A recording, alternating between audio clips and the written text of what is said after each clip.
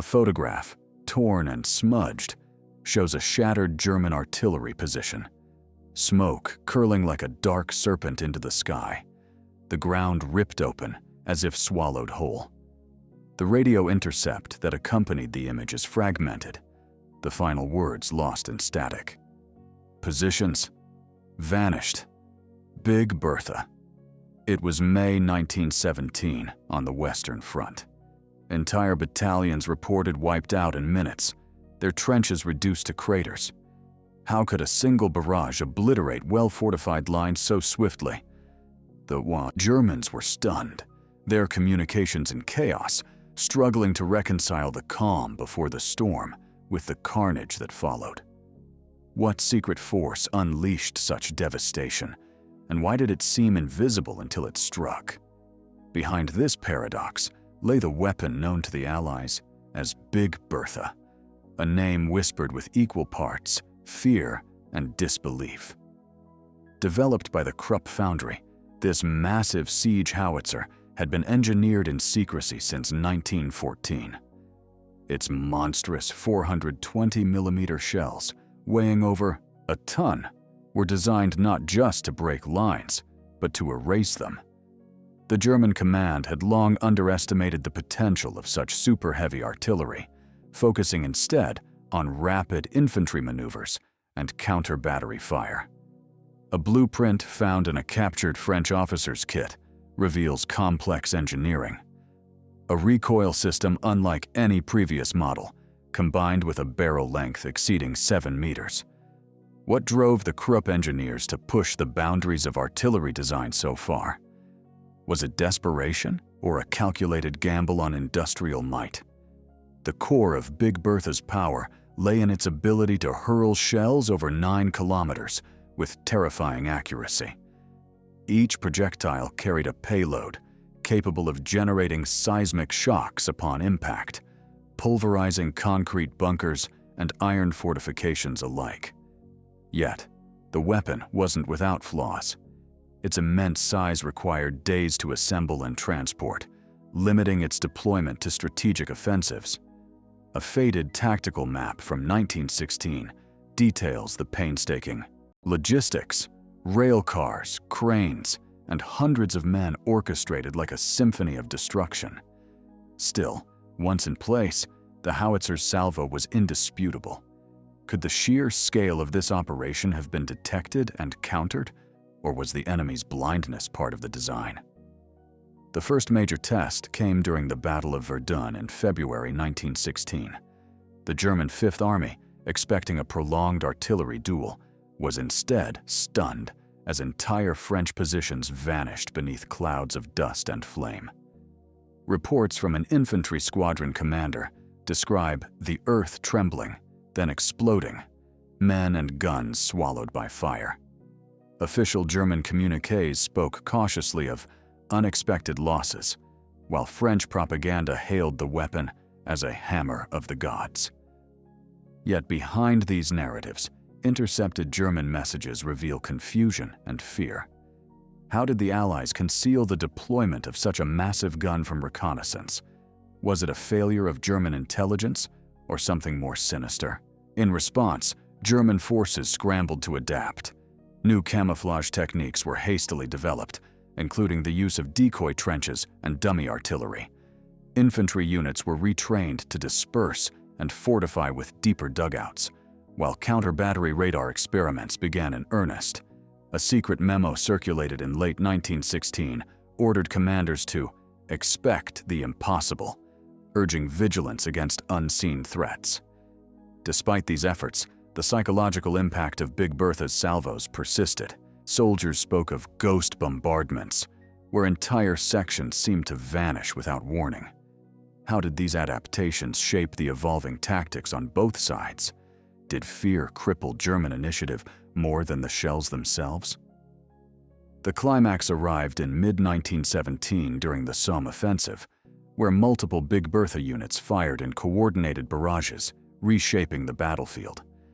Allied command protocols, preserved in recently declassified files, show an unprecedented allocation of resources. Rail, lines dedicated solely to moving shells, and intricate timing schedules to maximize destruction.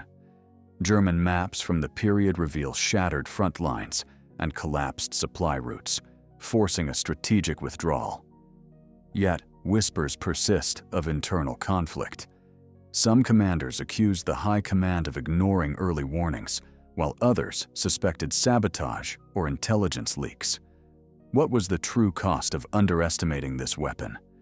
And how did it redefine the very nature of war? Each episode is a document I pull from the dust of the archives. Share your own stories. Many of you have relatives who lived through that time, and your words help connect personal memory with archival evidence. Stay curious. Subscribe so you don't miss the next episode tomorrow. In the aftermath of the Somme, the German High Command faced a grim reality. Their traditional defensive doctrines were obsolete against the pulverizing force of Big Bertha's shells.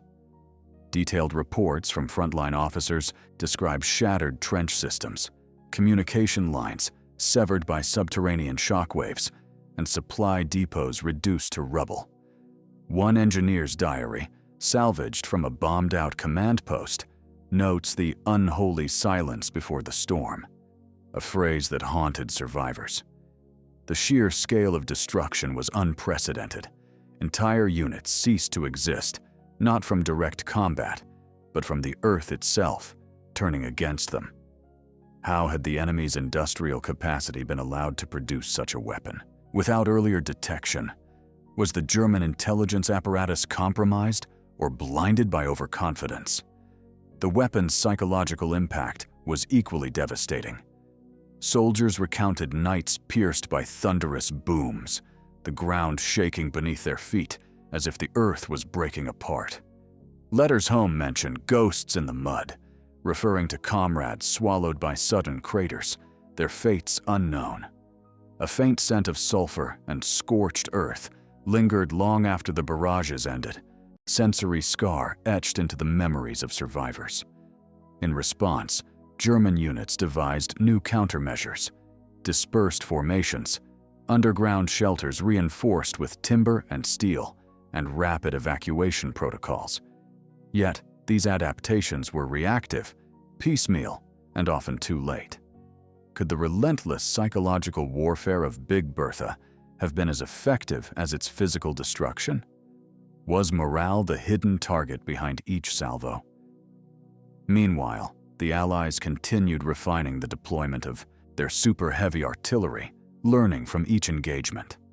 Reports from artillery officers describe the painstaking calibration required to synchronize multiple Big Bertha units, achieving near-continuous bombardment over wide sectors.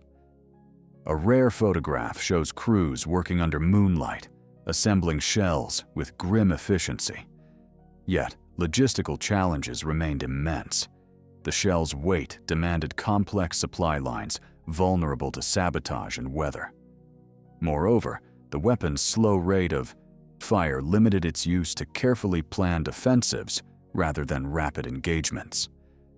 How did these limitations shape the broader strategy of attrition warfare? And to what extent did the industrial might behind Big Bertha foreshadow the mechanized conflicts to come?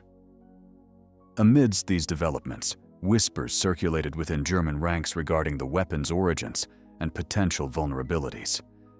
Some officers suspected that the enormous recoil and barrel wear rendered Big Bertha less reliable over time. Internal correspondence hints at maintenance difficulties deep in the field, with spare parts scarce and repairs slow. A captured technical manual reveals a delicate hydraulic system critical to the gun's operation, prone to failure under combat conditions. Could these weaknesses have been exploited more aggressively? Why did the German command fail to publicize or act decisively on this intelligence? Was there a deeper strategic hesitation or a lack of alternatives? The shadow of Big Bertha extended beyond the battlefield, influencing diplomatic and intelligence efforts. Allied intercepts describe attempts to mislead German reconnaissance through false radio transmissions and dummy installations. effectively masking the locations of these massive guns. A decrypted message from a French intelligence officer boasts of invisible giants striking without warning. Conversely, German counterintelligence struggled to penetrate this veil, hampered by internal mistrust and competing factions within the military hierarchy. How did this cloak and dagger struggle shape the flow of information and the decisions that followed? Were the true capabilities of Big Bertha known at the highest levels or deliberately obscured? As the war ground on, the legacy of Big Bertha became a symbol of industrialized lethality, a weapon that erased human positions as if they were mere sketches in the dirt. Yet, beneath this brute force lay a complex tapestry of innovation, fear, and failure. The Germans, once stunned by the first barrages, found themselves trapped between outdated tactics and an enemy wielding unprecedented firepower. Maps from late 1917 show a front line in flux, with battered units withdrawing in the face of relentless pounding. But the question lingers: had this terrifying weapon merely postponed the inevitable, or had it irrevocably changed the calculus of modern warfare? What truths remain buried beneath the craters left by Big Bertha's thunderous salvos? By late 1917, intelligence reports reveal an unsettling truth. The Allies had not only mastered the deployment of Big Bertha, but were actively developing countermeasures aimed at neutralizing it. A captured field manual outlines emerging tactics: precision artillery strikes targeting the gun's cumbersome supply trains and assembly sites, combined with coordinated aerial reconnaissance missions. Photographs from these sorties show blurred images of massive gun carriages hidden beneath hastily constructed camouflage nets, their outlines barely discernible. Yet, despite these efforts, the sheer scale and mobility of Big Bertha units made them elusive targets. How did the Allies reconcile the vulnerability of these weapons with their strategic value? Was the risk of losing such a massive gun outweighed by the terror it instilled in enemy lines? Meanwhile, on the German side, a growing schism emerged between traditional commanders and younger officers advocating for modernization.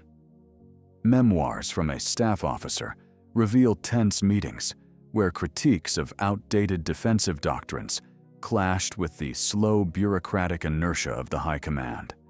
Proposals included dispersing artillery assets, increasing reliance on counter-battery fire, and accelerating development of mechanized units to respond quickly to bombardment aftermaths. But progress was hampered by shortages of raw materials and internal political struggles. A faded telegram hints at frustration. "We four are bleeding men and resources to a weapon we can barely counter." Was this internal discord a decisive factor in Germany's eventual strategic failures? Could better adaptation have changed the course of the war? The logistical nightmare of maintaining Big Bertha's operational status grew more pronounced. Detailed requisition lists show the enormous quantities of steel, explosives, and skilled labor required to keep each gun firing. Reports from supply officers described treacherous rail routes, frequently targeted by enemy raids, while maintenance crews worked around the clock repairing barrel wear and hydraulic failures. A rare engineering sketch depicts the delicate balance of weight distribution needed to stabilize the gun during firing, a flaw that made rapid redeployment impossible. Did these logistical burdens make Big Bertha a double-edged sword, as dangerous to its owners as to its enemies? Or was it a calculated gamble to wield such destructive power despite the costs? As winter approached, the battlefield bore scars unlike any before. Aerial photographs reveal a lunar landscape of shattered earth, crater fields stretching for kilometers, trenches obliterated beneath thick layers of mud and debris. Infantry commanders' diaries speak of a war within the war, a struggle not just against the enemy, but against the environment itself, reshaped by relentless bombardment. In this chaos, small units adapted by digging deeper tunnels and employing new communication methods, desperate to preserve coordination under constant threat. But the question persisted: how much of the front line's destruction was attributable to Big Bertha, and how much to the cumulative effect of industrialized warfare? Were the shell bursts merely the visible tip of a deeper, more insidious collapse? Amid these conditions, the psychological toll on German soldiers intensified. Letters home, censored but revealing in tone, describe sleepless nights haunted by the thunder that never ceases. Medical reports note increasing cases of shell shock and combat fatigue, conditions poorly understood at the time. A nurse's journal from a field hospital recounts the arrival of shattered men, their bodies intact but minds fractured. The specter of Big Bertha's bombardments lingered far beyond the battlefield. How much did this intangible damage influence morale and combat effectiveness? Was the weapon's true power found not only in its shells, but in the terror they sowed within the ranks? In the final months before the United States' full entry into the conflict, Allied command documents reveal the strategic importance placed on Big Bertha.